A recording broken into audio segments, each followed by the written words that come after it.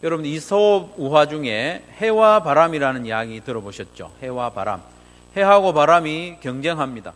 지나가는 나그네의 외투를 누가 잘 벗기는가? 바람이 자기의 힘만 믿고 자신만만하게 먼저 도전을 하죠. 바람이 세차게 막 불어서 외투를 강제로 벗기려고 하니까 나그네가 어떻게 합니까? 더 옷을 꽁꽁 붙잡고 절대로 벗으려고 하지 않죠. 이번에는 해의 차례입니다. 해가 따사롭게 비추고 점점 따뜻해지니까 땀이 흘러서 이 나그네가 이내 외투를 벗어서 어깨에 짊어지는 그런 이야기입니다. 여러분, 하나님께 대하여 마음이 단단히 닫힌 사람의 마음의 문을 열 때도 이와 비슷합니다.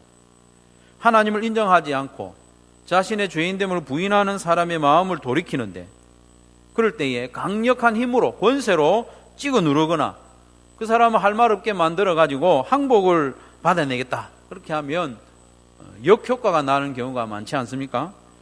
할 말 없게 만든다고 나 이제 항복, 나 이제부터 예수님 믿을게 하는 사람이 누가 있겠습니까? 아무리 할 말이 없어도 마음이 닫혀 있으면 예수님을 믿지 않습니다. 오히려 전도자가 겸손히 낮아지고 또 손해를 감수하면서 섬길 때에, 그리고 자존심이 상하는 상황에서도 변함없이 전도자로 살아갈 때에 그 마음이 변화되고 감동되는 그런 거죠. 오늘 본문은 그런 말씀을 우리에게 가르쳐 줍니다. 요한계시록 10장 11장은 나팔 재앙들 사이에 삽입된 부분입니다. 나팔 재앙이 모두 몇 개입니까? 7개인데 6번째 나팔 재앙과 7번째 나팔 재앙 사이에 삽입된 본문이 10장 그리고 11장 내용입니다. 좀 더 자세히 따지자면 6번째 나팔 재앙에 오늘 본문이 탁 붙어 있다, 이렇게 보시면 되겠습니다. 왜냐하면 9장 12절에 보면 첫째 화는 지나갔으나 보라 아직도 이후에 화 둘이 있으리로다. 이 말씀은 5번째 나팔 재앙 이후에 아직 2 나팔 재앙, 화가 더 있다, 남아있다, 그 말이죠. 그런 이후에 9장 13절부터 6번째 나팔 재앙이 시작되는데, 6번째 나팔 재앙에 대한 이야기가 11장 4절에서 마칩니다. 어떻게 마치느냐 하면 둘째 화는 지나갔으나 보라 셋째 화가 속히 이르는도다. 11장 14절까지가 6번째 화 쪽에 붙어있는 내용이라는 겁니다. 삽입된 부분이지만, 그러니까 요한계시록 10장과 또 11장 13절까지 내용은 6번째 나팔 재앙에 대한 대안적 설명이다, 이렇게 보시면 되겠습니다. 대안적 설명. 왜 대안이라고 말씀드리는지 조금 나중에 말씀드리겠습니다. 6번째 나팔 재앙을 받은 사람들의 반응이 어땠는지 9장 20절과 21절에 이렇게 기록되어 있습니다. 이 재앙에 죽지 않고 남은 사람들은 손으로 행한 일을 회개하지 아니하고 오히려 여러 귀신과 또는 보거나 듣거나 다니거나 하지 못하는 금은동과 목석의 우상에게 절하고 또 그 살인과 복술과 음행과 도둑질을 회개하지 아니하더라. 6번째 재앙까지 받은 이 사람들이 여전히 회개하지 않고 하나님께 영광을 돌리지 않았더라. 이게 9장 21절까지 말씀입니다. 6번째 재앙을 받은 사람들이 여전히 회개하지 않았다. 이 반응에 이어서 나오는 것이 10장인데요. 그 10장의 내용이 뭐냐면 사도 요한이 주님께로부터 펼쳐진 두루마리를 받아 먹는 그런 환상이죠. 요한계시록을 읽으면서 하나하나 꼬치꼬치 이게 진짜로 무슨 일인가 따지면 전체적으로 이해하기가 매우 어려워집니다. 환상은 환상입니다. 환상은 하나하나에 다 의미가 있는 것이 아니고 그 환상을 통해서 주시고자 하는 메시지, 거기에 집중해야 하는 것이죠. 요한이 어떻게 두루마리를 받아 먹었을까? 목에 걸릴 텐데, 이렇게 생각하면 곤란해지는 거죠. 핵심 메시지로부터 벗어나는 겁니다.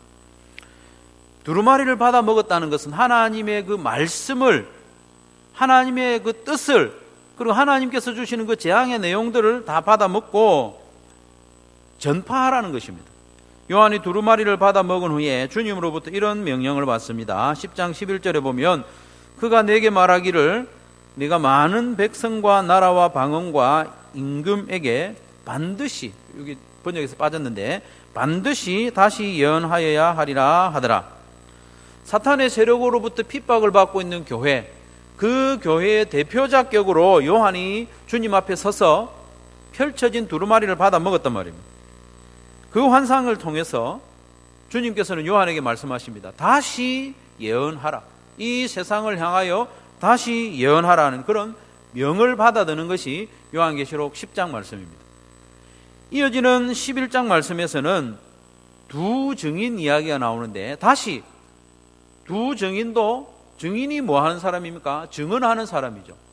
요한이 받은 그 두루마리의 말씀을 증언하라, 예언하라, 그 내용이 요한계시록 11장에 다시 이어집니다. 그런데 두 증인에 대한 이야기를 본격적으로 하기 전에 1절 2절에서 11장 1절 2절에서 이 증인 이야기의 배경 설명을 조금 합니다. 1절 2절을 다시 한번 보시면, 또 내게 지팡이 같은 갈대를 주며 말하기를 일어나서 하나님의 성전과 제단과 그 안에서 경배하는 자들을 측량하되 성전 바깥 마당은 측량하지 말고 그냥 두라. 이것은 이방인에게 주었은즉 그들이 거룩한 성을 42달 동안 짓밟으리라. 이렇게 말씀합니다. 조금 어려운 말씀인데요, 측량하라고 한 부분은 하나님의 성전과 제단과 그 안에서 경배하는 자들, 예배하는 자들이죠. 그리고 측량하지 말라고 한 부분도 있는데 그 부분은 성전 바깥 마당입니다. 성전 안과 또 제단과 경배하는 자들은 측량하고 바깥 마당은 측량하지 말라, 이렇게 말씀하셨는데, 여러분 성경에서 특별히 측량하다는 말을 할 때는 소유를 확정하고 그것을 철저하게 보호해준다, 그런 의미가 있습니다. 그래서 측량하라는 말은 그 부분은 내가 확실히 지킨다, 그런 의미이고, 측량하지 말라고 한 것은 내 보호에서 제외된다, 그런 의미거든요. 그렇다면 측량하지 말라고 한 성전 바깥 마당은 무엇을 의미하는가? 무엇이라고 하기보다는 누구를 의미하는가? 그렇게 보는 게 낫겠죠. 누구를 가리킬까요? 일반적으로 보면 예수님을 믿지 않는 죄인들로 해석하는 경향이 있습니다. 믿지 않는 사람을 보호하지 않는 것, 그거 일반적이지 않습니까? 그것은 신학적으로 옳은 해석으로 볼 수 있습니다. 옳은 해석으로 볼 수 있습니다. 그런데 11장의 문맥에서 보면 측량하는 영역과 측량하지 않는 영역에 대해서 조금 더 깊고 조금 다른 해석을 할 필요가 있습니다. 요한계시록에 대해서 많은 연구를 하고 또 통찰이 깊은 리차드 보캄 같은 신학자는 이렇게 이 부분을 해석합니다. 측량의 대상은 하나님이 보호하시는 성도들의 믿음, 영적인 부분, 그것은 철저하게 보호해 주신다. 하지만 측량에서 제외된 부분은 성도들의 외적인 부분 혹은 육체적인 부분, 그래서 하나님께서 우리의 믿음과 영적인 부분은 철저하게 보호하시지만 때로는 우리의 삶 가운데 육체적으로나 외적으로 핍박에 노출될 수 있다, 그런 의미라는 거죠. 그래서 요한계시록 11장에 나오는 두 증인에 대한 이야기와 리차드 보캄의 해석이 자연스럽게 어우러집니다. 저는 이 해석이 상당히 옳다, 그렇게 동의합니다. 왜냐하면 측량하지 말라고 한 부분이 어디입니까? 측량하지 말라고 한 부분은 성전 바깥 마당입니다. 근데 2절 말미에 보면 이 성전 바깥 마당, 측량하지 않은 성전 바깥 마당을 가리켜서 거룩한 성이라고 불러주고 있습니다. 거룩한 성을 42달 동안 이방인들이 짓밟을 것이다. 여전히 거룩한 성이라는 거죠. 그리고 이방인들이 거룩한 성을 짓밟도록 허락한 기간을 42달로 한정하고 있기 때문에 측량하지 않은 성전 바깥 마당도 하나님의 백성의 영역이라는 거죠. 그래서 이 부분을 어떤 사람은 보호하고 어떤 사람은 보호하지 않는 그런 측면으로 접근할 것이 아니라 우리를 보호하시는데 어떤 영역은 보호해 주시고 어떤 영역은 핍박에 좀 노출되도록 하신다. 그렇게 이해하는 것이 좋겠다는 거죠. 이해가 잘 됐는지 모르겠습니다. 그리고 이어서 두 증인에 대해서 말씀하시는데 3절 4절의 말씀에 보면 내가 나의 두 증인에게 권세를 주리니 그들이 굵은 베옷을 입고 1260일을 예언하리라. 그들은 이 땅의 주 앞에 서 있는 두 감람나무와 두 촛대다. 이렇게 했습니다. 두 증인은 주 앞에 서 있는 두 감람나무와 두 촛대라고 했습니다. 스가랴 4장 13절 14절에 보면 이와 똑같은 표현이 나옵니다. 주 앞에 서 있는 두 감람나무. 거기에서는 누구를 가리키는가 하면 왕족인 총독 스룹바벨이 있습니다. 포로에서 돌아와서 성전을 건축하는 데 앞장선 스룹바벨, 그리고 그와 동력한 제사장 여호수아를 가리켜서 주 앞에 서 있는 두 감람나무라고 했습니다. 스가랴에서는 이 두 사람을 가리켰지만 요한계시록에서는 온 교회를 가리키는 거죠. 계시록 5장 9절에서 10절 말씀이 생각나시죠? 지난주에 살펴본 내용인데 그들이 새 노래를 불러 이르되 두루마리를 가지시고 그 인봉을 떼기에 합당하시도다. 일찍이 죽임을 당하사 각 족속과 방언과 백성과 나라 가운데서 사람들을 피로 사서, 예수님이 사람들을 피로 사서 하나님께 드리셨는데 그들이 우리 하나님 앞에서 나라와 제사장들을 삼으셨으니 그들이 땅에서 왕노릇 하리로다 했습니다.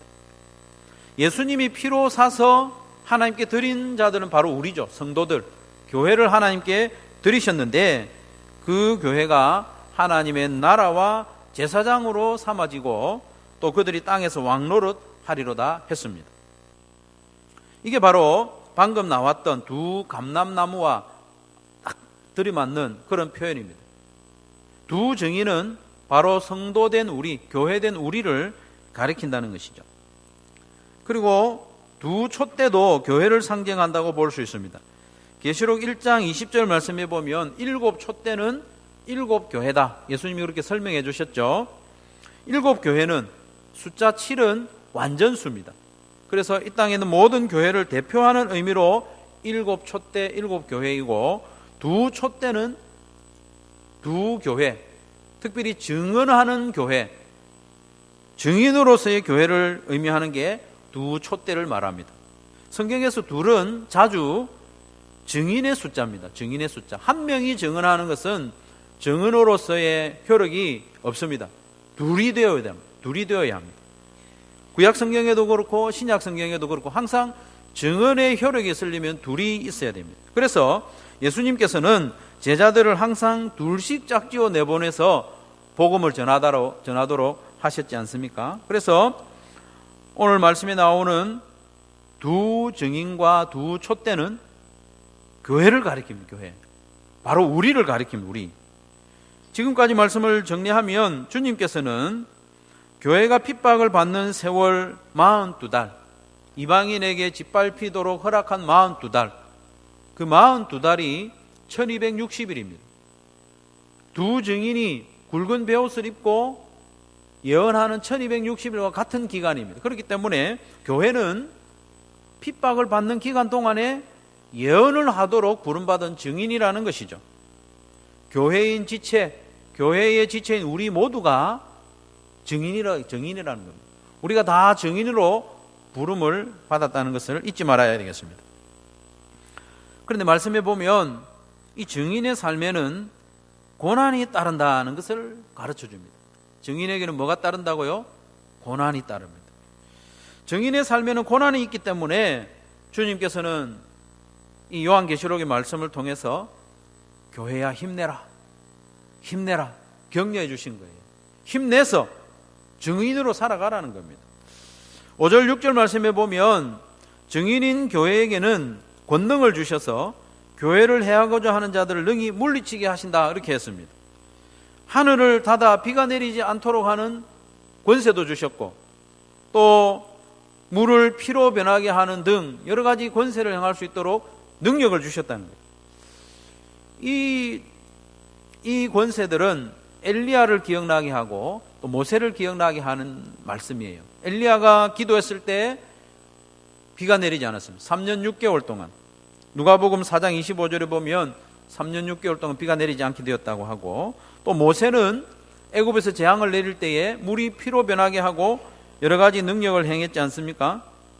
이런 능력을 선지자들이 행했고 교회가 이런 능력을 가졌다 해도 털것 하나 상하지 않는 안전을 보장하지는 않는다는 겁니다. 이게 우리가 받아들여야 하는 부분입니다. 교회에 권세가 있지만 털것 하나 상하지 않는 그런 안전까지 보장하지는 않는다는 겁니다. 엘리야와 모세를 보면 알 수 있죠. 엘리야가 그렇게 큰 능력을 가졌지만 여전히 이세벨과 아합 이들로부터 심각한 핍박을 받고 또 위협을 받는 가운데 계속 사역했죠. 모세도 마찬가지입니다. 애굽왕 바로로부터 무시를 당하고 또 위협을 당하고 때로는 동족들로부터 협박을 당하고 돌로 치려고 하는 그런 어려움 당하는 그런 모습이 모세에게 발견되기 때문입니다. 그리고 7절 말씀에 보면요, 좀 무서운 말씀이 나오는데 무적행어로부터 올라온 짐승이 증인들과 싸운다고 그래요. 싸워서 누가 이깁니까? 교회가 이깁니까? 짐승이 이깁니까? 짐승이 이긴다고 그래요. 교회가 이기면 좋겠는데 짐승이 이기고 그 짐승이 증인을 죽이기까지 한다고 그래요. 먼저 말씀드리는 것은 이 짐승의 이김은 잠시의 이김입니다. 잠시의 이김. 증인의 죽음은 영원한 승리를 나타내는 승리의 표시입니다. 요한계시록에 보면 주의 말씀을 증언하는 자들이 순교당하는 장면이 여럿 나옵니다. 그럼 완전히 패배하는 게 아니고 승리하는 거예요. 그 죽음이 이긴 것이다 말씀하는 거죠. 짐승이 증인을 죽일 뿐만 아니라 8절에서 10절 말씀에 보면 죽임을 당한 증인들은 사흘 반 동안 무덤에 장사되지도 못합니다. 무덤에 장사되지도 못하도록 하는 거죠. 고대에는 시체를 장사하지 못하게 하는 것이 엄청난 수치였습니다. 증인들은 그런 수치를 당한다는 거예요. 성도인 우리가 복음을 전하다 보면 여러 가지 손해와 고난을 당할 수도 있고 부끄러움과 수치를 당할 수도 있고 자존심이 상하는 때도 많습니다. 그게 정상이다 하는 겁니다. 증인은 죽을 수도 있습니다. 증인으로 살아가는 성도에는 그런 것들이 없을 수 없다 말씀하고 있습니다. 하지만 사흘 반 후에 놀라운 일이 일어나죠. 사흘 반, 3년 반 같은 단위예요. 3년 반은 42달이고요. 1260이라고 같은 말이에요. 3년 반, 사흘 반 이런 단위들이 자꾸 나오는데 3년 반에 비해서 사흘 반은 매우 짧게 느껴지지 않습니까? 그래서 성도들의 수치와 이런 고통이 그만큼 짧도록 해주시겠다는 그런 약속이 여기에 들어있는 거죠. 그리고 증인들의 삶이야말로 예수님의 뒤를 따르는 것이다. 예수님을 닮아가는 길이다. 이렇게 인정해주고 있습니다. 8절 말씀에 보면 증인들의 시체가 놓여진 곳이 어디라고 합니까? 예?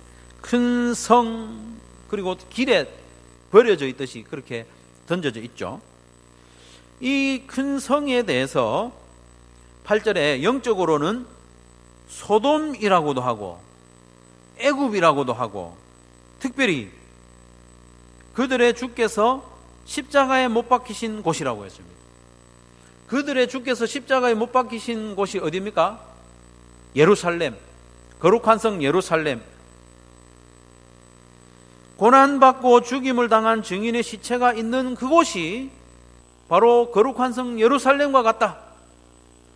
그리고 바로 그것이 예수님이 십자가에 달리신 골고다 언덕과 같다. 그렇게 여겨주신다는 겁니다. 그렇게 인정해 주시겠다는 거예요. 증인으로 살아가는 성도의 삶이 바로 예수님의 삶이고 증인의 죽음이 바로 예수님의 죽음을 닮은 것이라고 인정해 주시겠다는 겁니다. 그러니까 이 증인의 삶이라는 것이 얼마나 영광스러운지 말씀해 주는 거죠. 사흘 반이 지난 후에는 놀라운 일이 일어납니다. 11절에 보면 사흘 반이 지난 후에는 하나님께로부터 생기가 증인들에게 들어가서 죽었던 사람들이 발로 서서 일었습니다. 그러니까 구경하던 사람들이 크게 두려워합니다. 방금까지는 기뻐하고 서로 선물을 주고받고 하면서 축제의 분위기였는데 하나님이 이 증인들을 다시 살리시니까 대적들이 크게 두려워했습니다. 12절에서는 하늘로부터 들려오는 음성에 따라서 이 증인들이 구름을 타고 하늘로 올라갑니다.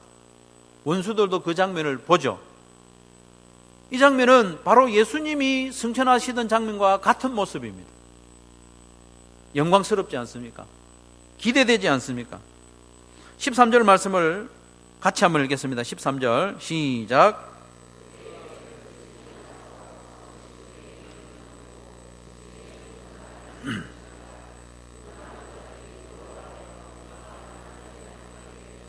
아멘. 증인들을 핍박하고 죽인 원수들에게 한 차례 더 재앙이 임하죠. 큰 지진이 나서 성 10분의 1이 무너지고 지진에 죽은 사람이 7천이나 되는 이런 재앙이 한 차례 더 임합니다. 그러고는 그 중에 남은 자들이 변화된 모습을 보여줍니다. 이게 하고 싶은 말이에요. 이게 하고 싶은 말이에요. 11장 13절 하반절에 보면 그 남은 자들이 두려워하여 영광을 하늘의 하나님께 돌리더라.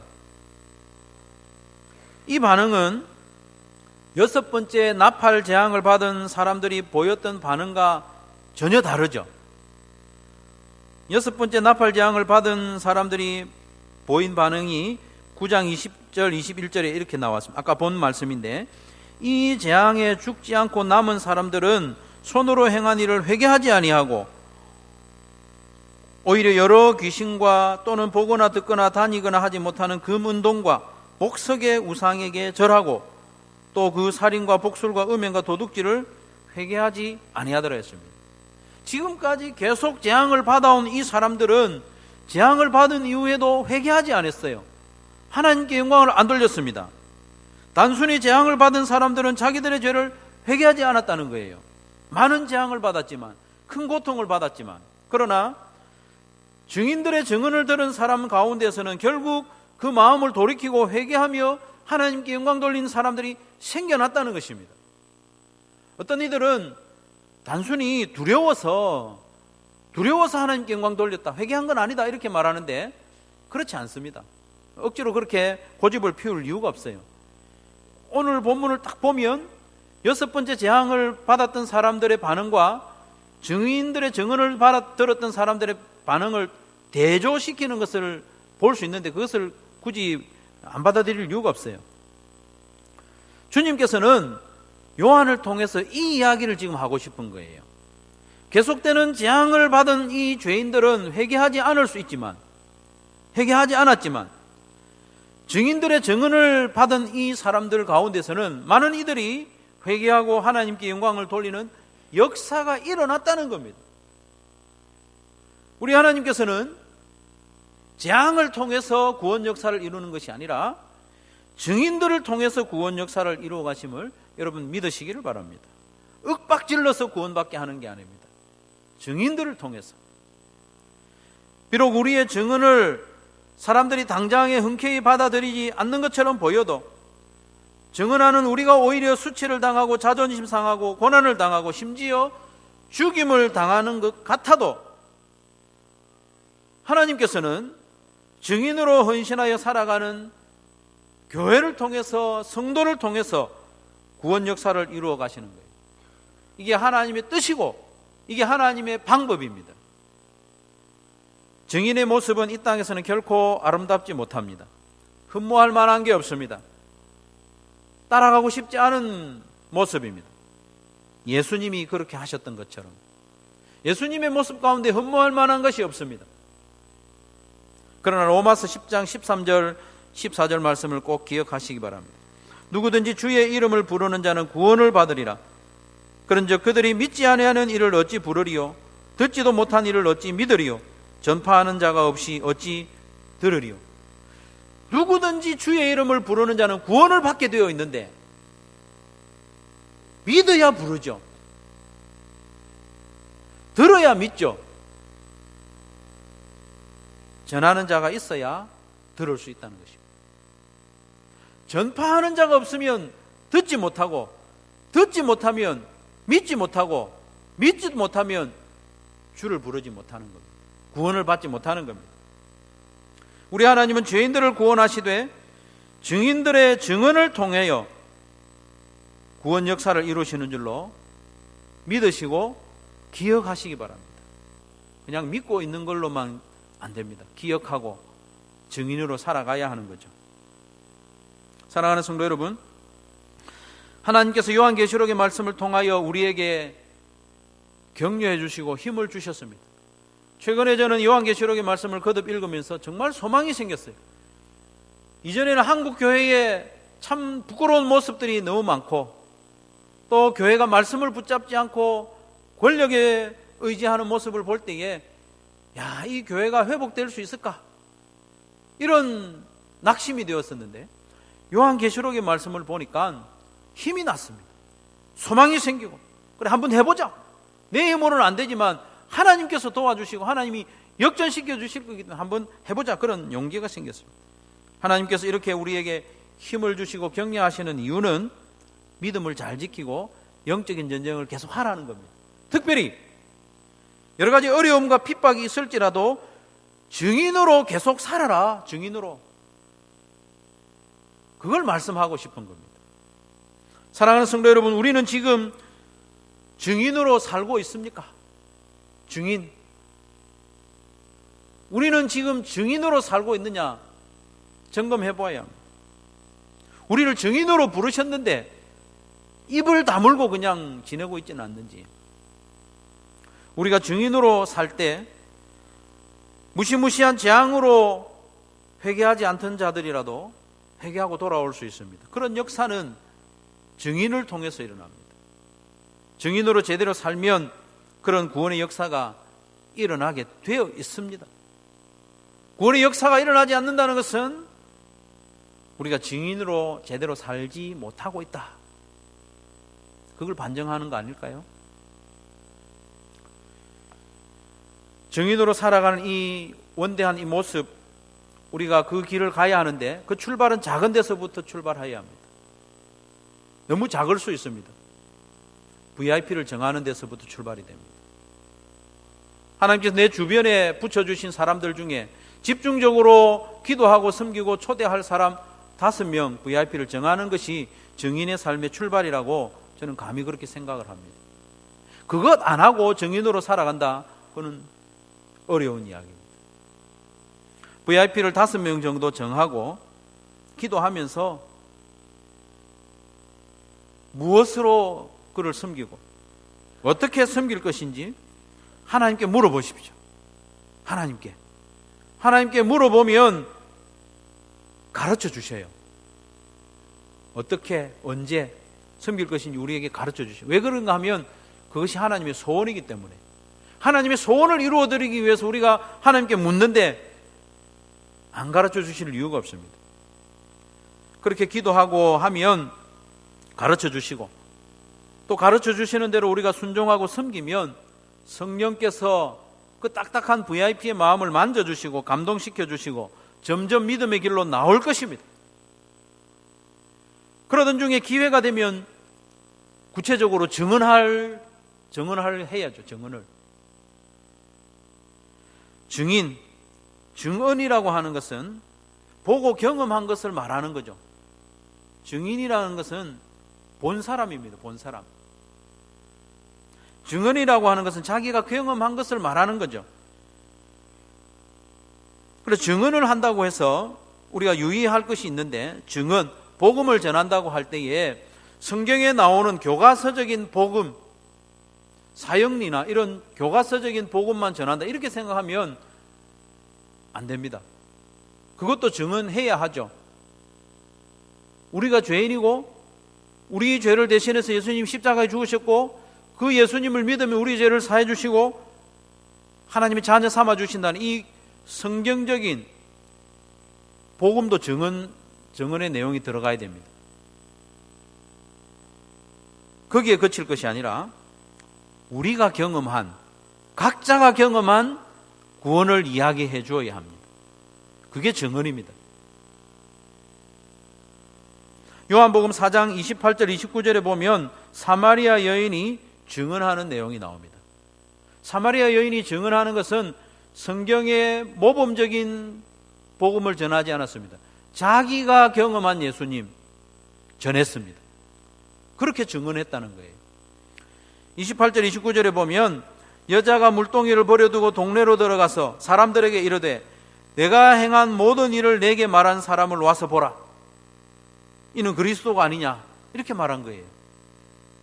여인은 지난 살아온 세월들이 매우 부끄러운 삶이었는데 그것을 예수님이 다 알고 계시더라는 거예요. 대화하는 중에.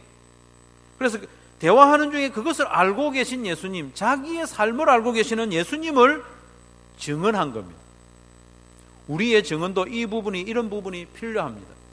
VIP를 정해서 기회가 되었을 증언할 때에 성경 말씀을 중심으로 증언하되 내가 만난 예수님, 내가 구원받고 받은 은혜를 증언할 때에 강력한 역사가 일어나는 거죠.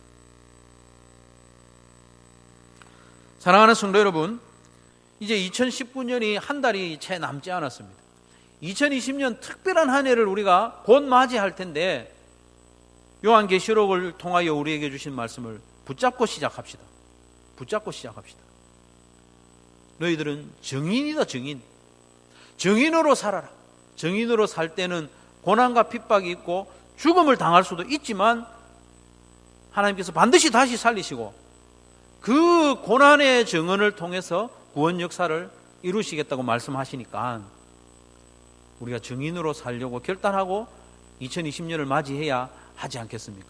그 결단의 첫걸음으로 구체적으로 우리는 5명 정도의 VIP를 정해야 됩니다. 5명을 정한다는 것은 그게 어려운 일이 아니죠. 마음이 있으면 할 수 있습니다. 5명을 정하고 기도하면서 어떻게 섬길까요? 주님께 물으면서 그렇게 2019년을 마무리하고 2020년을 시작한다면 반드시 놀라운 구원의 역사가 일어날 것입니다. 하나님의 소원이기 때문에 우리가 헌신하여 증인으로 살려고 하는데 역사하지 않겠습니까? 하나님 반드시 역사하실 줄로 믿습니다. 그래서 VIP를 5명 정하고 힘있게 2020년을 시작함으로 하나님 앞에서 특별한 한 해로 2020년 만들어가는 저와 여러분 되시기를 주님의 이름으로 축원합니다.